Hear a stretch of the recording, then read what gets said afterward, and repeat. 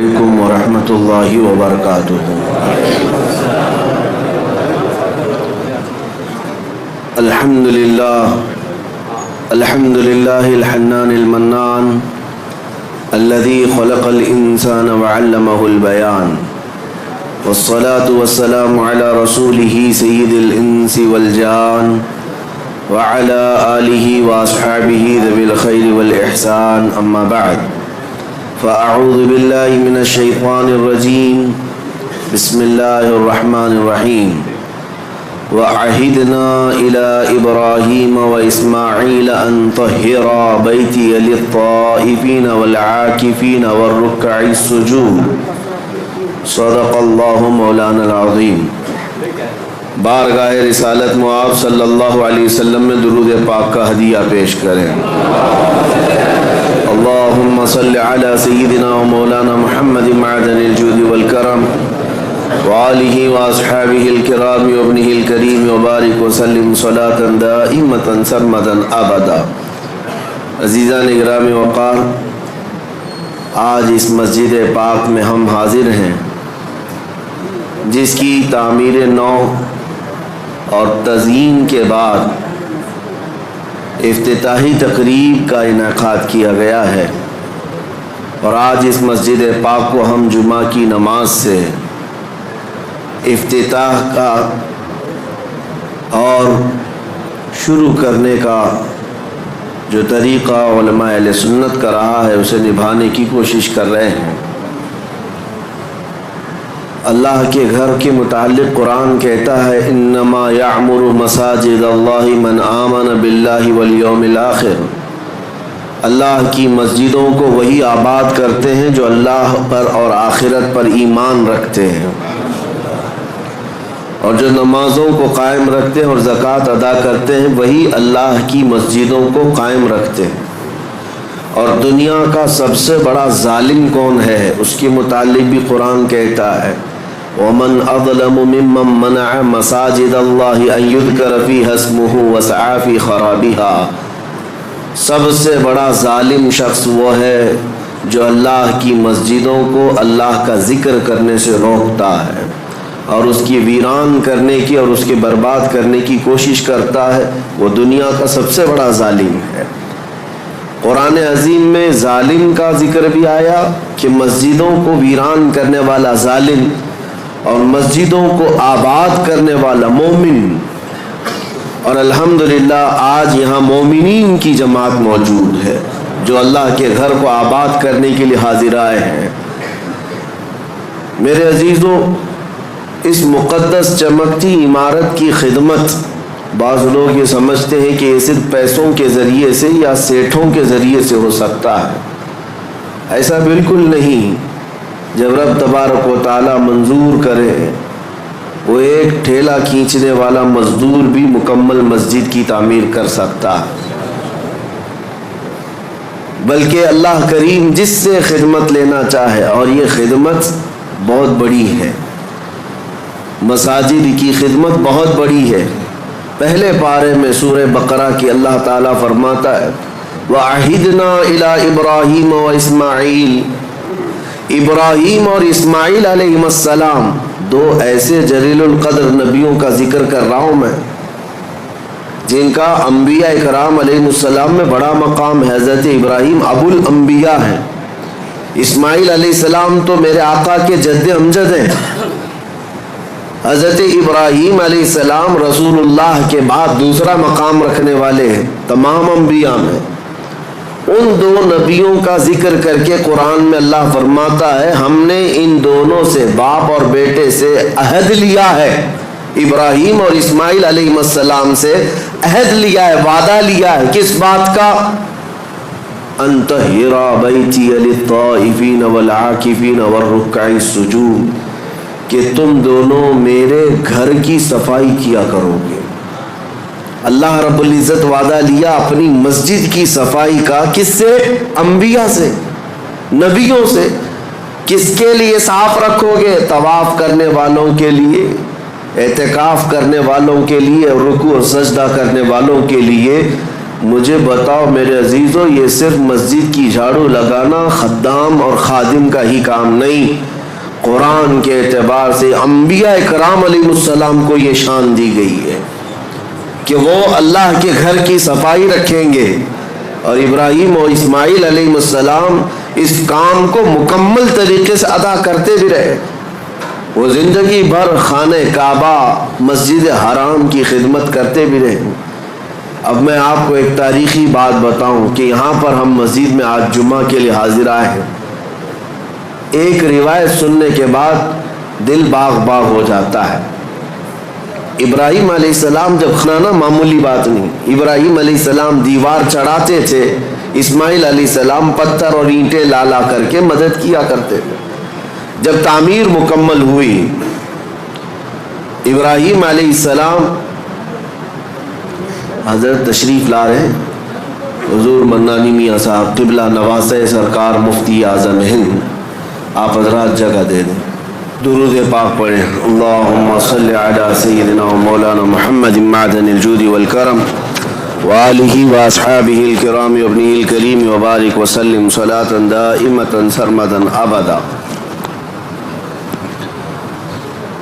اللہ کا فضل و احسان ہے، ہماری اس مسجد پاک میں رضوی دولہا تشریف فرما ہے،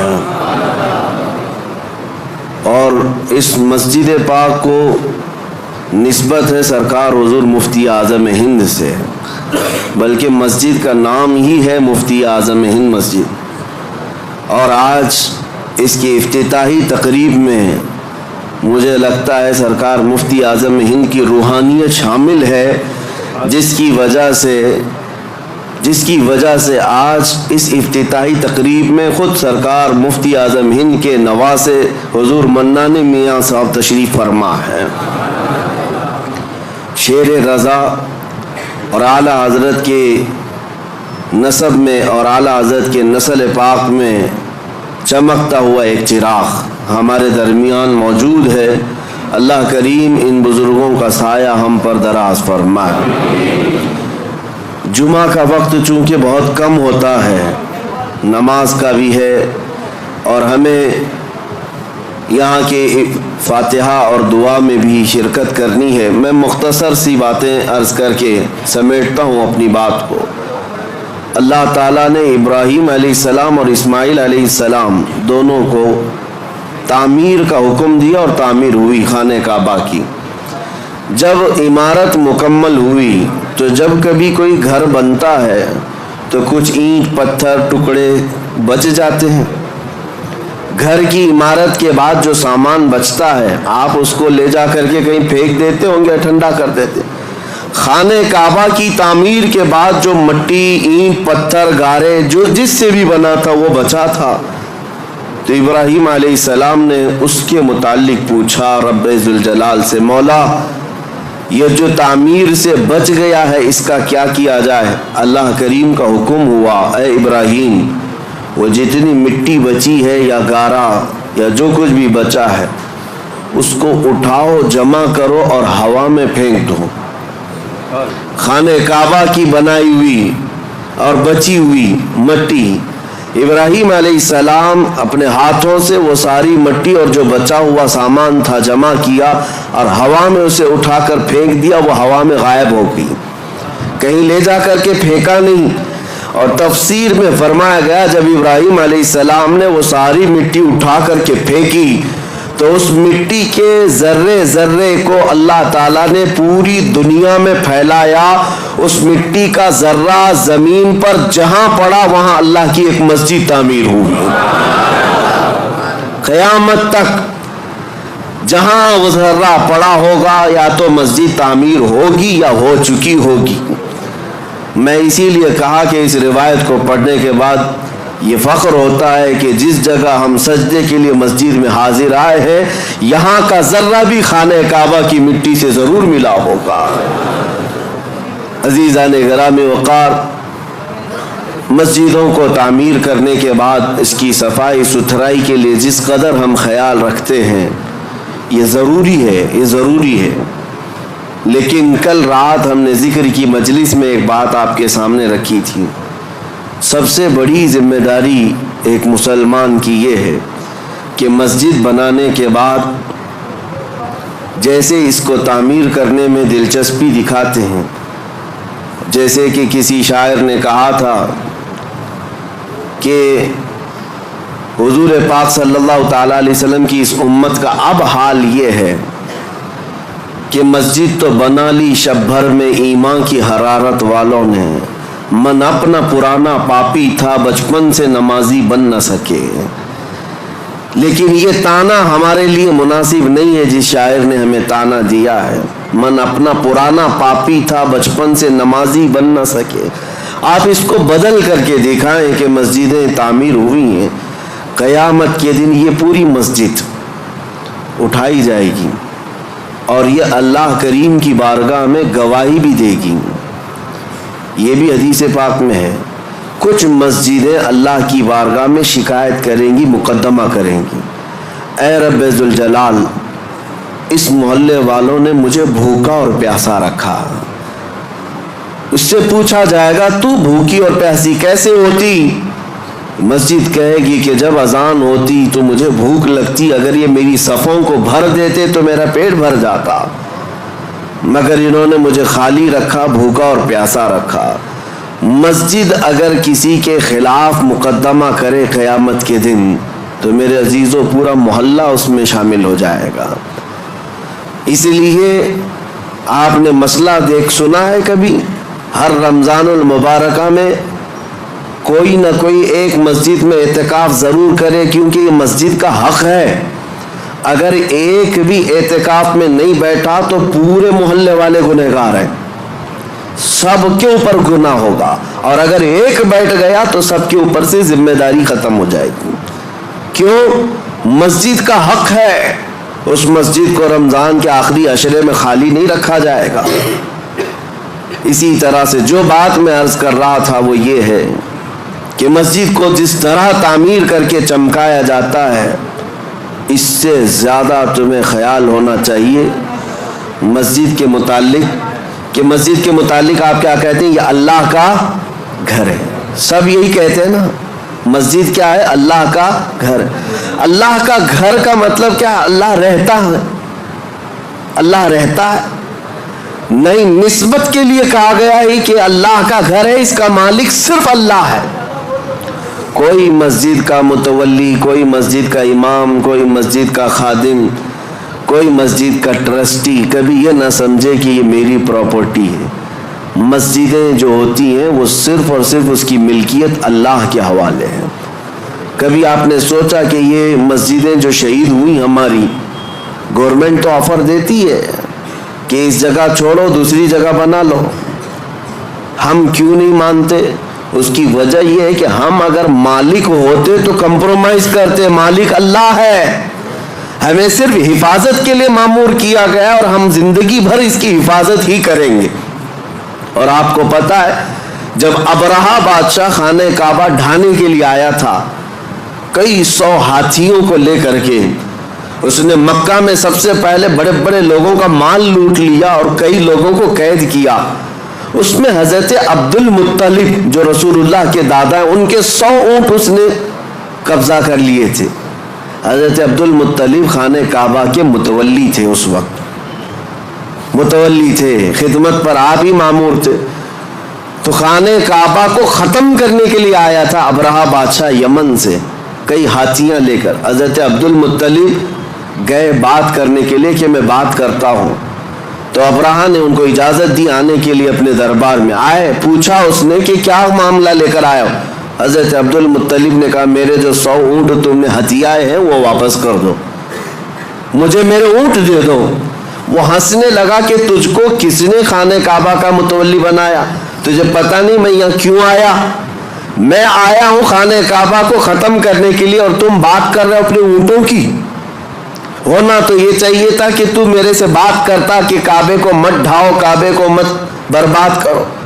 حضرت عبد المطلب نے مسکرا کر یہی جواب دیا تھا، اونٹوں کا مالک میں ہوں، اس سے سوال کرنے آیا، کعبے کا جو مالک ہے وہ خود ہی اس کی حفاظت کرے گا۔ اللہ کریم وہ حفاظت فرمائے گا، ہم تو اس کی خدمت پر مامور ہیں۔ عزیزان گرامی، یہی نظریہ مسجدوں کی دیکھ بھال کرنے والی انتظامیہ کے ذہن میں رہے کہ ہم مسجد کے مالک نہیں، مسجد کے خادم ہیں اور ہمیشہ رہیں گے۔ اور دوسری بات جو میں کہنے جا رہا تھا وہ یہ کہ جتنا اس کی عمارت کو چمکایا، اس سے کئی زیادہ چمکانے کی جس چیز کو ضرورت ہے وہ کیا ہے؟ میں ایک لفظ آپ سے پوچھا کہ مسجد کو آپ کیا کہتے ہیں؟ اللہ کا گھر۔ مسجد اللہ کا گھر ہے۔ یہاں اگر آپ کے سامنے کوئی غلاظت لا کر کے ڈال دے، برداشت کریں گا؟ کوئی مسجد کے فرش پر تھوک دے، اپنا رینٹ نکال کر ڈال دے، باہر کی غلاظت لا کر ڈال دے، آپ برداشت کریں گے؟ ذہن میں موجود ہے اللہ کا گھر ہے، پاک ہی ہونا چاہیے، ایک نجاست کا تنکا بھی ہم برداشت نہیں کرتے۔ کیوں؟ اللہ کا گھر ہے۔ جبکہ فرمایا گیا حدیث میں قلب المؤمن عرش اللہ، مومن کا دل اللہ کا عرش ہوتا ہے۔ مومن کا دل اللہ کا عرش ہے۔ جب مسجدوں کی فرشیاں صاف رکھتے ہو، اس سے کئی زیادہ اپنے دل کو صاف رکھنے کی ضرورت ہے۔ جتنا اس کو چمکایا اس سے زیادہ اپنے دل کو چمکاؤ۔ جتنا اس کو صاف کیا ہے، زینت دیا ہے، اتنا ہی اپنے دل کو زینت دو۔ مولانا روم سچ فرماتے ہیں، کعبہ بنائے خلیل اطہر است و دل گزرگاہ رب جلیل است۔ خانہ کعبہ ابراہیم علیہ السلام کی بنائی ہوئی عمارت کا نام ہے، لیکن دل رب ذوالجلال کی گزرگاہ کا نام ہے۔ یہاں رب ذوالجلال تمہارے قلب کی طرف نظر فرماتا ہے، اس لیے اس کو پاک رکھنا چاہیے۔ ہم مسجدوں میں غلاظت برداشت نہیں کرتے تو پھر اپنے دل میں گناہوں کی لذت کے خیالات، کبھی وسوسوں کے انبار، کئی خواہشات کی بہت ساری بھیڑ، دل میں کیا کیا جمع کر رکھا۔ جبکہ مومن کے متعلق کہا گیا وہ اللہ کا عرش ہے، اس اللہ کے عرش کو کیا اسے ناپاک رکھا جا سکتا ہے؟ اس دل کی جتنی صفائی اور پاکی ہوگی اس قدر تم مقامات کو بھی پاتے جاؤ گے۔ اب آپ کو کیسے پتہ چلے یہ دل پاک ہے یا نہیں؟ اس کی سمپل سی مثال ہے، مسجد میں وضو کرنے کے لیے آتے ہیں، یہ نل لگے ہوئے ہیں وضو کے، ظاہر سی بات ہے اس کی ٹنکی تو کہیں لگی ہوگی، پانی کہیں جمع ہوتا ہوگا، وہیں سے تو نلوں میں آتا ہے۔ 10-12 نل لگائے ہوں گے وضو کے لیے، نل کھولو کون سا پانی آتا ہے؟ جو ٹنکی میں ہوگا وہی آئے گا۔ اگر ٹنکی میں پاک صاف پانی رکھا ہوا ہے تو جو بھی نل کھولو پاک صاف پانی آئے گا، اور ٹنکی میں اگر نجس پانی ہے، میلا پانی ہے، تو کسی بھی نل کو کھولو میلا پانی نکلے گا۔ یہ مثال اس لیے میں دے رہا ہوں، اپنے دل کی ٹنکی کو سمجھ لو۔ اگر ہاتھ، پیر، آنکھ، ناک یہ سب اعضاء نل ہے، یہ سب صحیح کام کر رہے ہیں تو سمجھ لو کہ دل کے اندر سب پاکی صفائی ہے۔ اور اگر بے حیائیاں ہو رہی ہیں، اس کا مطلب ہے کہ دل کی ٹنکی میں نجاست بھری ہوئی ہے۔ آنکھیں خطا کرتی ہیں، زبان غلاظت بکتی ہے، ہاتھ گناہ کرتے ہیں، پیر گناہ کرتے ہیں، تو اس کا مطلب یہ ہے یہ اعضاء کا کنیکشن دل سے ہے۔ اگر دل ناپاک ہے تو ہر عضو ناپاکی کرے گا، ہر عضو ناپاکی کرے گا۔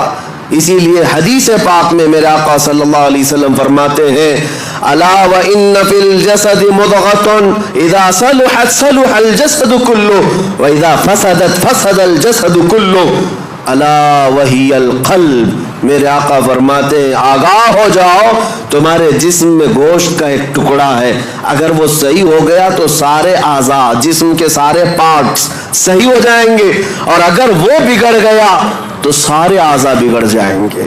وہ کیا ہے؟ حضور فرماتے ہیں وہ دل ہے، وہ تمہارا دل ہے۔ اسی لیے لقمان حکیم کے لیے حکم ہوا تھا، ایک بادشاہ نے کہا ایک بکری ذبح کرو، اس میں جو سب سے اچھی چیز ہے وہ لے آؤ۔ آپ نے ذبح کیا اور دل لے جا کر بادشاہ کے پاس رکھا، کہا پورے جسم میں سب سے اچھی چیز یہ۔ بادشاہ نے دوسرے دن ایک بکری دی اور کہا سب سے بری چیز نکال کر لاؤ۔ دوسرے دن ذبح کیا اور پھر دل لے جا کر کے بادشاہ کے سامنے رکھا، کہا یہی سب سے بری چیز ہے۔ اگر صحیح ہو گئی تو سب سے اچھی چیز جسم میں دل ہے، اور اگر بگڑ گیا تو سب سے بری چیز دل ہے۔ میں آج اس بات کو اس لیے عرض کر رہا ہوں کہ جتنا مسجدوں کی صفائی پر خیال رکھنا ضروری ہے، اتنا اپنے دل کی صفائی پر بھی ضروری ہے۔ اگر اس کو آپ نے ناپاک ہی رکھا اور ایسی آوارہ رکھا تو 1000 سجدے کرنے کے بعد بھی تمہارا دل ناپاک ہی رہ جائے گا۔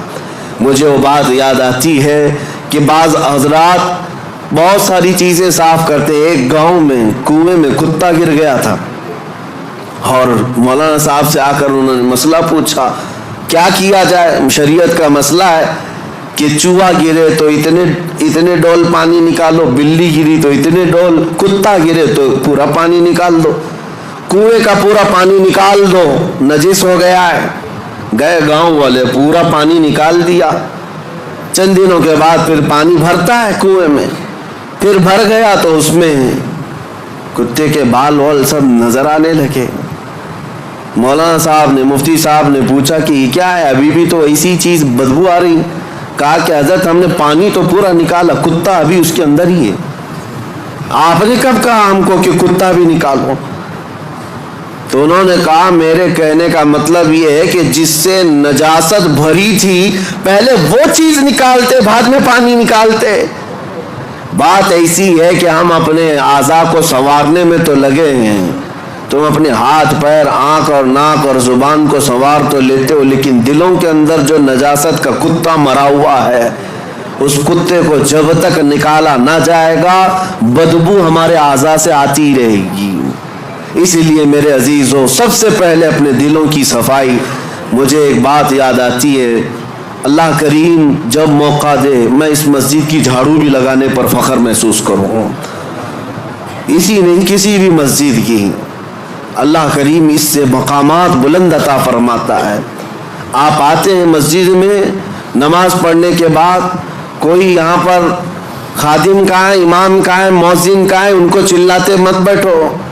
اگر کچرا دکھا تو سب سے پہلے بڑھ کر کے اٹھاؤ اور خود صاف کرو، اس حصے میں تم بھی شامل ہو جاؤ۔ یہ نہیں کہ یہاں آ کر کے فلاں کہاں ہے، تنخواہ کیوں لیتا ہے یہ صفائی کیوں نہیں رکھتا۔ تم آرڈر دینے والے نہیں ہو، وہ اللہ کریم کے گھر کی عبادت اور خدمت میں لگا ہوا ہے۔ مصر کے بڑے بزرگ شیخ متولی شعراوی رحمۃ اللہ علیہ، جنہوں نے پورے قرآن کی تفسیر لکھی ہے اور عرفات کے میدان میں ان کو خصوصی خطاب کے لیے لایا گیا تھا، پورے عرب کے سب سے بڑے عالم دین، اللہ کے ولی، جن کے متعلق میں آپ کو بتاؤں، وہ اتنے بڑے مفسر کہ ہزاروں علماء ان کے شاگرد ہیں۔ ان کا ڈرائیور وہ خود کہتا ہے کہ روزانہ رات کے 12 بجے کار لے کر اپنے گھر سے نکلتے، میں ہوتا ساتھ میں، حضرت ہوتے، تقریباً 70 سال کی عمر ہے، اور مسجد چلے جاتے، مسجد سیدہ نفیسہ، مسجد امام حسین، کئی مسجدیں ان کی خاص تھی، رات کو جاتے اور ڈرائیور سے کہتے دروازہ کھلوا کر اندر چلے جاتے، یہ باہر ویٹ کرتا رہتا، باہر ویٹ کرتا رہتا، گھنٹہ 2 گھنٹے کے بعد آتے۔ ظاہر سی بات اللہ والے نماز پڑھ رہے ہوں گے، تہجد یا عبادت میں مصروف۔ برسوں یہ سلسلہ چلتا رہا۔ میرے عزیزوں، ان کے انتقال کے بعد یہ پتہ چلا، مسجد کے ایک خادم نے، جو مسجد سیدہ نفیسہ میں یا کوئی ایک مسجد میں، خادم نے ڈرائیور سے ملاقات کی اور کہا کتنا اچھا وہ زمانہ تھا جب وہ آتے تھے حضرت نماز کے لیے۔ یہ ڈرائیور کہنے لگا کہ میں 2 گھنٹے باہر انتظار کرتا تھا، حضرت کا وصال ہو گیا۔ کیسی عبادت کرتے تھے مسجد میں جا کر، تم تو اندر رہتے تھے، تم خادم ہو، کبھی دیکھا میرے حضرت کو؟ وہ خادم رونے لگا اور کہا ڈرائیور سے، وہ راز تھا میں بتا نہیں سکتا، لیکن اب ان کا انتقال ہوا، میں بتاتا ہوں۔ حضور تشریف لاتے رات کے 12 بجے، وہ عبادت کرنے کے لیے نہیں بلکہ سیدھے طہارت خانوں میں جاتے اور اپنے ہاتھوں سے سارے طہارت خانے دھوتے تھے، وضو خانے کو اپنے ہاتھوں سے صاف کرتے تھے، اپنے ہاتھوں سے سارے استنجا خانے صاف کرتے۔ کس عالم دین کی بات کر رہا ہوں جس کے ہزاروں شاگرد ہیں، پورے قرآن کی تفسیر لکھی ہے، اللہ کریم کے ایسے بزرگ ولی اپنے ہاتھ سے رات کے وقت پوری مسجد کے طہارت خانے صاف کرتے، اور پھر ایک دن میری نظر پڑی تو انہوں نے مجھے کچھ پیسے دی اور کہا زندگی بھر کسی کو بتانا مت، میں یہ صفائی اس لیے کرتا ہوں کہ مجھے میرے رحمان پر یقین ہے، اس کے گھر کو میں اپنے ہاتھ سے صاف کروں گا، میرے دل کو وہ صاف کرے گا، میرے دل کو وہ پاک کرے گا۔ اور اللہ نے ایسا پاک کیا کہ جب وہ بزرگ شیخ متولی شعراوی رحمۃ اللہ علیہ کے انتقال کا وقت آیا، میں آپ کو بتاؤں ہمارے اساتذہ موجود تھے جنہوں نے کہا سرانے کے پاس کئی علماء کھڑے تھے، وہ بستر پر لیٹے ہوئے تھے، اچانک آپ نے کہا کہ ہٹ جاؤ تم سب یہاں سے، سرانے کے پاس سے ہٹ جاؤ، وقت کے بڑے بڑے لوگ کھڑے تھے۔ اس کے بعد اچانک انگلی اٹھائی، کہا اشہد ان لا الہ الا اللہ واشہد انک رسول اللہ۔ کلمہ طیبہ اسے نہیں پڑھتے، اشہد ان محمدن رسول اللہ، میں گواہی دیتا ہوں کہ اللہ کے سوا کوئی معبود نہیں، اور گواہی دیتا ہوں محمد صلی اللہ علیہ وسلم اللہ کے رسول۔ کلمہ یہی ہے، پڑھتے ہوئے دنیا سے جائیں، لیکن آپ نے آخری وقت میں انگلی اٹھائی اور یوں کلمہ پڑھا، میں گواہی دیتا ہوں کہ اللہ کے سوا کوئی معبود نہیں، اور میں گواہی دیتا ہوں کہ آپ اللہ کے رسول ہیں۔ یہ اس وقت بندہ کہتا ہے جب رسول اللہ کو اپنے سامنے دیکھ رہا ہو، جب اپنے سامنے دیکھ رہا ہو تب یہ کہہ سکتا ہے انک رسول اللہ، آپ اللہ کے رسول ہیں۔ پھر ان کا وصال ہوا۔ علماء کرام کہتے ہیں کہ ہم نے ایسی موت کسی کی نہیں دیکھی جو انگلی اٹھا کر خود رسول اللہ کو دیکھ رہا ہو اور دنیا سے جا رہا ہو۔ میرے عزیزو، یہ مقامات بلند انہیں ان کاموں کی وجہ سے یا ان نیکیوں کی وجہ سے بھی ہو سکتا ہے ملی ہوں۔ اس لیے آج اس مسجد پاک کی جن لوگوں نے خدمتیں کی ہیں، اللہ ان کے گھروں کو سجا اور ان کی قبروں کو روشن کرے، اور رب ذوالجلال اس مسجد پاک کو عشق رسول کا مرکز بنائے۔ یہاں سے خرافات نہ ہو، فتنے نہ ہو، جھگڑے فسادات نہ ہو، بلکہ مسجدوں کے متعلق حدیث پاک میں ایک بات آتی، اس لیے ڈر لگتا ہے۔ اللہ کے رسول صلی اللہ علیہ وسلم نے ارشاد فرمایا قیامت کے قریب مسجدیں خوب سجائی جائیں گی لیکن عبادت کرنے والے نہیں ہوں گے، اور وہ ہم آج دیکھ رہے ہیں ہر جگہ۔ لیکن اس کا مطلب یہ نہیں کہ مسجد کو سجانا نہیں چاہیے، سجائیں، اپنے گھر سے زیادہ سجائیں، لیکن ساتھ اس مسجد کی رونق اور زینت یہاں ہونے والے کاموں سے ہے۔ اگر عبادات مکمل ہو رہی ہیں، نمازیں صحیح ہو رہی ہیں، اس کے علاوہ اللہ کے ذکر ہو رہے ہیں، رسول پاک صلی اللہ تعالی علیہ وسلم کے بارگاہ میں سلام، یہ سب چیزیں ہو رہی ہیں، تو گویا کہ آپ نے مسجد کا حق ادا کیا ہے، مسجد کا حق ادا کیا۔ اللہ کریم ہم سب کو اس مسجد پاک کا حق ادا کرنے کی توفیق عطا فرمائے۔ آخری بات، جہاں تم سجدے کرتے ہو ان صفوں میں، میرے آقا صلی اللہ علیہ وسلم کی حدیث ہے، اس کا مفہوم میں عرض کر رہا ہوں، جس دن تمہارا انتقال ہوگا، کوئی روئے یا نہ روئے، مسجد کا وہ ٹکڑا تمہارے غم میں روتا ہے۔ جہاں تم سجدہ کرتے تھے تمہاری جدائی کے غم میں وہ ٹکڑا روتا ہے، وہ مصلی روتا ہے۔ اللہ کریم کی بارگاہ میں عرض کرتا ہے کہ مولا، اس کی پیشانی کے سجدوں سے مجھے قرار تھا، مجھے سکون تھا، آج وہ چلا گیا، مجھے بے قراری ہے، بے اطمینانی ہے۔ اسی لیے میرے عزیزو، ان ٹکڑوں کو وفادار سمجھو۔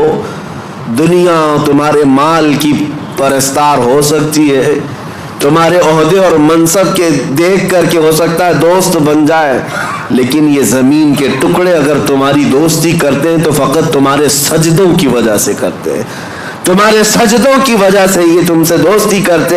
اور جس دن انتقال ہو، جنازہ جا رہا ہو، دنیا روتی ہے یا نہیں روتی اس سے مطلب نہیں، مجھے اس بات کا احساس ہے کہ یہ مسجد کا وہ ٹکڑا میرے غم میں روتا ہے جس پر میں سجدے کیا کرتا تھا۔ آؤ ان مسجدوں کو سجدوں سے آباد کرو۔ کیوں تمہیں سجدے لمبے لگنے لگ گئے، بھاری لگنے لگ گئے؟ لوگ تو یہی شکایت کرتے ہیں، امام صاحب بہت لمبا سجدہ کرتے ہیں، لمبے سجدے کرتے ہیں، بستر پہ 8 گھنٹہ سوئے رہتے الٹا، کبھی بھاری نہیں لگا. اللہ کریم کی بارگاہ میں خشوع و خضوع سے 3 منٹ بہت بھاری ہو جاتے. یہ دل کا بوجھ ہے.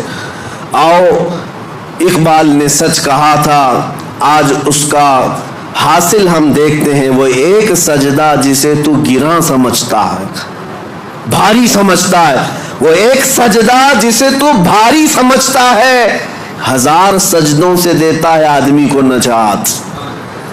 ادھر ادھر جھکنے سے یہ سجدہ بچا لیتا ہے. اس پیشانی کو ایک ہی جگہ جھکاؤ, ہر جگہ جھکنے سے اللہ محفوظ رکھے گا.